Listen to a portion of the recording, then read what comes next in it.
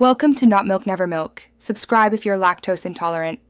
You're ready. Open your duplicated file in the app and begin with composition.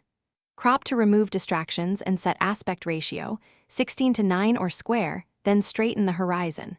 Once done, adjust exposure to recover highlights or lift shadows so details are readable. Make small moves, +0, 3 to +0. 7 stops often works. You do this first because tonal balance affects every color edit that follows. Get framing and brightness right before moving on. Now refine color and texture. Correct white balance so skin tones and neutrals look natural. Use the eyedropper or nudge temperature/tint until it feels right. Next, fine-tune contrast and tone curves for depth. Raise shadows slightly and pull highlights down if needed. Apply clarity or texture sparingly to sharpen midtones. Too much creates artifacts.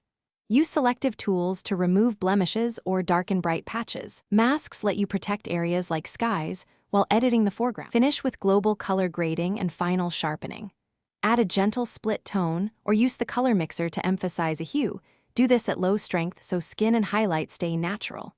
Apply final sharpening and noise reduction depending on output size. Export 2 files, a high-resolution master and a smaller JPEG for sharing. If something looks wrong, step back, reset the problematic slider, or revert the duplicate and reapply edits incrementally. Keeping a copy makes troubleshooting fast and safe.